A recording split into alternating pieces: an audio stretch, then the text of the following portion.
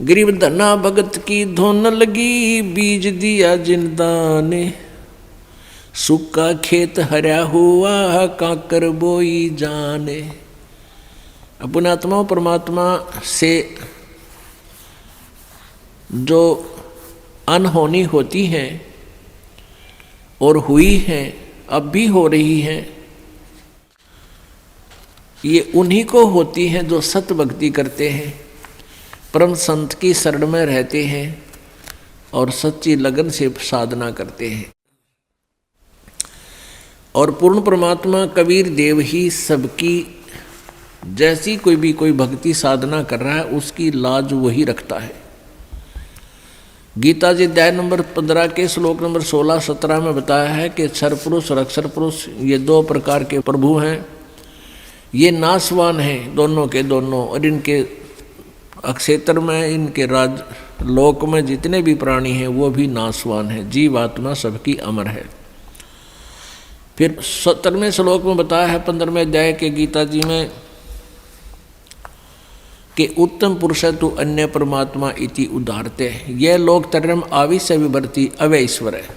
वो श्रेष्ठ परमात्मा वास्तव में भगवान जो है वो तो इन दोनों से और है, सरपुरुष और अक्षर पुरुष से, और वही तीनों लोकों में प्रवेश करके सबका धारण पोषण करता है, यानी उसी से सब कुछ होता है, वही सब कुछ है। जैसे पौधे को, पेड़ को जड़ से, मूल से आहार प्राप्त होता है, उसमें जो भी फिर आगे विकास हो रहा है वो आहार से ही हो रहा है। भाई इतना ही समझना काफ़ी है बुद्धिमान के लिए। तो कबीर परमेश्वर से ही सबको पावर शक्ति, जैसी कोई साधना किसी प्रकार की कर रहा है, उस परमेश्वर से ही उसका वो शक्ति मिल रही है और वो उसी प्रकार की प्रोग्रेस उसकी हो रही है। तो धन्ना भक्त ये किसान था, जाट जाति में था, राजस्थान के अंदर। ये बहुत ही श्रद्धालु भक्त था, परमात्मा में इतनी आस्था थी, दया, बहुत दया थी, धार्मिकता उनके अंदर बहुत ज़्यादा थी। उसकी धर्मपत्नी बहुत ही नास्तिक टाइप थी, वो भगत जी को काफ़ी बाधा पैदा करती थी भक्ति मार्ग में। फिर भी भक्त अपनी श्रद्धा और स्वभाव से कभी विचलित नहीं होता था, क्योंकि राजस्थान के अंदर बहुत पहले की बातें हैं, 400 वर्ष पहले, तो वर्षा हो जाती थी तो अन्न होता था, ज्वार बाजरे बोआ करते थे, अन्यथा बहुत ही भूखमरी होती थी, गरीबी बहुत थी, निर्धनता बहुत थी। एक बार वर्षा हुई और धन्ना भगत की बीज बोने के लिए, ज्वार बोने के लिए चल पड़ा। रास्ते में 4 संत भगत आ गए और भगत को देख करके भगत प्रणाम करते हैं, गदगद होते हैं, बैल खड़े कर लिए, वो जो ऊँट था वो खड़ा कर लिया और हाथ जोड़ कर प्रणाम किया, नमस्कार हो संतों को, राम राम कही और कुशल मंगल पूछा भगत ने। तो उन भक्तों ने बताया कि कुशल काहे की है भगत, 4 दिन हो गए रोटी नहीं खा ली, 3-4 दिन हो गए कोई अन्न नहीं मिला, हम ऐसे तीर्थ यात्रा पर जा रहे हैं। अब धन्ना भगत जी ने सोचा 4 दिन हो गए रोटी नहीं खाई, ये मरेंगे, निढाल हो रहे हैं बिल्कुल। कहा ले ये ज्वार खा लो। ज्वार थी, बीज बोन गया था, वह ज्वार रखती, भूखे मरे थे, मार गए गले, फटाफट खा गए सारी ने। अब भगत ने सोचा ज्वार तो खा ली भगतों ने, और बीज ना बोया तो पड़ोसी लोग जाके घर में बताएंगे, पड़ोसी किसान, कि आपके खेत में बीज क्यों नहीं बीजा तुमने, और फिर मेरी पत्नी है वो मेरा सिर खावेगी, लड़ाई करेगी।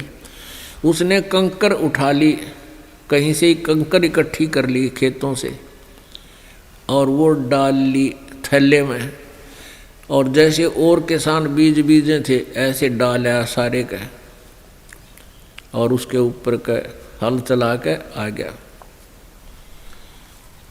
अब कुछ दिनों के बाद क्या हुआ कि अन्य पड़ोसियों के तो ज्वार उगगी और भगत जी के खेत में ये मतीरे तुम्बे, ये मतीरे से मोटे मोटे हुआ कर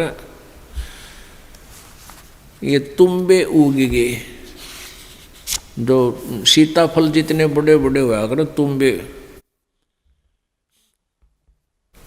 अब एक पड़ोसन ने जाके उसकी पत्नी से कहा, धन्ना भगत की पत्नी से, उससे पूछा कि तुमने ज्वार नहीं बीजी थी क्या? धन्ना भगत की पत्नी ने कहा, क्या मतलब? कि आपके खेत में तो वो तुम्बे मतीरे अपने आप उग गए हैं, वो तो आप उग गया करे, वहाँ बोने नहीं पड़ते राजस्थान के एक क्षेत्र में। कहने लगे आपने कुछ बीजे नहीं रखा, उसमें तो निरा कुबाड़ जाम गया, वो तुम्बे पैदा हो गए, इतने पड़े हैं बिना गिनती के, इसे मोटे मोटे। अब उसने सोचा कि भगत मार गया डंडी दिखे। धन्ना भगत की पत्नी ने सोचा भगत जी कर गया गड़बड़ और इसने बीज भी कितने दान में दिया होगा। अब उसने सोची एक मैं खेत देख कर आऊँ, पाछे मगज मारूंगी इसके लिए। अब वो खेत में अपने पति से कहने लगी कि खेत में जाके आऊँ, मैं ज्वार देख कर आऊँ। भगत जी बोलिया है को नहीं। भगत जी को तो पता था वहाँ क्या मिलेगा, अपना चुप बैठा। और वो भगत धन्ना भगत जी अपने मित्रों के साथ उसी से में बातें करता था, भक्ति की चर्चा जब हुआ कि तक खेत खात में चली जाया करती। वह खेत में गई, उधर से अपने भक्तों के भगत आगे उड़े बैठे बैठे भगवान की चर्चा कर रहे हैं, आंखों में आंसू आ रहे हैं। और वह भगतनी आव है कति लाल पीड़ी हुई है, जान गया भगत आ गई या तो भाई करड़ाई। अब देखी जाएगी, जो होगा ही होना तो है ही। और वह कहकर एक मतीरा तोड़ जाई, तुम्बा इतना बारा मोटा सिर पर धरी नो, अब इसके सिर में मारूंगी। आकर ने बोली भगत जी खेत में बीज ज्वार बोक आया था। भगत जी नो कर ली नाड़ तले ने,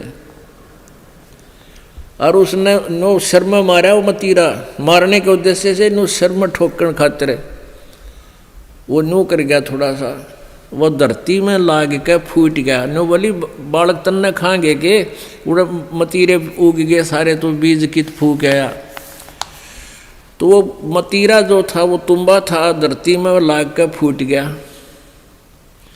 फूट गया तो उसमें एक दड़ी यानी 5 किलो लगभग ज्वार निकली। ज्वार अब एक बार तो अब भगत जी की तरफ देखा, वो नौकरें पड़ा था, एक तरफ देखा ज्वार का न अक्तुम्बे में तो ज्वार निकल आई। और वो न्यू बार बार देखा है, भगत जी ने भी देखा कि मैं शांत होगी के चक्कर है, उन्हें देखा तो तुम्बे में तो ज्वार निकल रही है। तो भगत ने 100 शुक्र मनाए, परमात्मा करड़ाई टाल दी, या ज्वार ने रोए थी या धरी ज्वार आपने दे दी। इतने में फिर अब उसके मन में न्यू आई कि कदे और भी तुम भी हम ज्वार पाओगी। फिर तो ले कर चद्दर और ले कर मोगरा डंडा बांध ली, वहाँ बिछा ली चद्दर और मतीरा धरा, डंडा मारा, न उठा के फेंक दे, परल दे ही ज्वार निकला। ढेर लग गया उस ज्वार का। और औरा कहते हुआ इतनी खड़ी थी सुक्की, और वर्षा हुई नहीं, उनकी खत्म होगी गांव वालों की। और भगत के उस खेत में तुम्बे में तो ज्वार निकला, दुनिया देखना हुए। युवा भगतनी एक गठड़ी और ठा के चाल पड़े। जब वह 3-4 गठड़ ले आई, 3-4 अपना जितनी उस खेत में होनी थी, उगनी थी, यानी जिसमें निपज होनी थी उपज, उतनी ज्वार जब आ ली, भगत जी ने बोले वो और मत लाइए, अपनी आ चुकी है। और इसको बांट दे सारे गांव में, सबके बालक भूखे हैं। ने बोली क्यों, मैं सारी ले आऊँगी। वह ले आई ठाठा गए, फिर जो भी गिठड़ी ले आए वहाँ तक ताबा बोझ मरती, वहाँ खोल ला उसके वो बूमड़ा हो जाए, उसके फूल वो बन जाए छिलका, ज्वार ना रहे। वह एक दो गिठड़ी तो ले आई, फिर बैठ गई, अगियो अच्छा चाड़ा हुआ। तब धन्ना भक्त ने कहा भाई बाकी की ज्वार भगवान ने आप सबके लिए दी है और अपने हिसाब की ले जियो जिसने जितनी चाहिए और सबको बांट दे।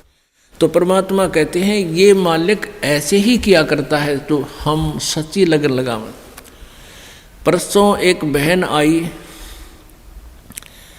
रेवाड़ी साइड की, वह 10-8-9 वर्ष से नाम ले रही थी। उसका पति नाम नहीं ले हुआ था, वो गुटी छुट्टी लावा था।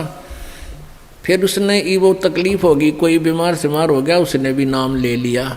वो नाम लेकर गए थे, वो अकेला वो ले गया था, वह पत्नी उसको दिलाकर नाम लेकर गई थी। वो पहले से लिए हुई थी नाम उसकी पत्नी। वो ना माना करता पहले बिल्कुल भी, वो बीमार सिमार सा हो गया, फिर नाम ले लिया। उसके पति ने 1700 रुपये रखे थे, गरीब सा काम, बिल्कुल निर्धन से है। और 15 नोट थे 10-10 के 150 रुपये उन 1700 में। तो उसकी पत्नी को कुछ पैसों की आवश्यकता थी, भगत ने कहा कि वहाँ से उठा ले, 1700 रुपये रखे हैं। तो उसने देखा वो 1700 तो रखे थे, उसने थोड़े से चाहिए थे, 100-200 निकाल लूँ। तो उसमें देखा तो 1700 तक होना, वो जो 10-10 के नोट थे वो 1-1 हज़ार के बन गए। वो 15,000 रुपये तो वो 150 रुपया के हो गए, और बाकी वो जो 1700 का जोड़ अलग रह गया, 1450-1500 वह न्यारी। तो वह कहने लगी भगत ने, अकाइयत ने के दिखाऊं, क्या अब देख के कर दिया परमात्मा ने, हमारे गुरुदेव ने, कबीर परमेश्वर ने के कर दिया कि ये तो घने रुपये हो गए, 15,000 हो गए, ये तू 150 बताओ था तो 1500 है बोला। वो कहने लगा मारे 15,000 तो मैंने देखे को नहीं है, कई साल हो गए, 15,000 कितना है गया, देख ले के हो गया यूँ। तो भगत ने कहा है कि तुम्हें घने दिन पहले की नाम ले रही है, गुरुजी ने के बारे में आप ही ज़्यादा जानते हो, मन तैयबा नाम लिया है, ये के कर दिया हमारे घर पे, यानी तू ही ज़्यादा जान सकती है आपके भगवान के बारे में। तो पुण्यात्मा हुआ बेबे, फिर यहाँ पैसे लेकर आई, पाठ करवाया। ने बोले जी ये वो नोट कति नए कति जानो ये गड्डी में काट के लाए, ऐसे 5 नोट उस बहन ने दिए यहाँ पर। तो पुण्यात्माओं पहले तो एक उदाहरण धन्ना भगत जी का आज तक गुणगान किया जाता है, और यहाँ परमेश्वर कबीर जी की कृपा से, उस परम पिता परम अक्षर ब्रह्म की रजा से, या गिनती नहीं इसे चमत्कारों की।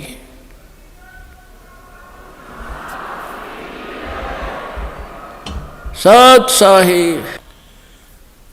तो पुण्यात्माओं ये वो परम शक्ति है और आपकी वो परम भक्ति है जिससे ये इसे काम तक आप होया करें।